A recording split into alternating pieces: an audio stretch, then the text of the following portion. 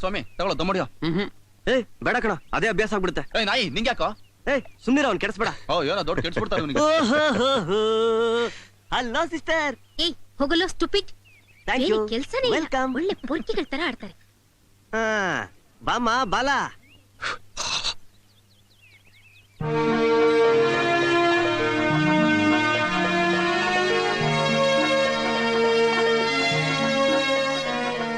Exam ಬರ್ದಾಯ್ತಾ? Thanks.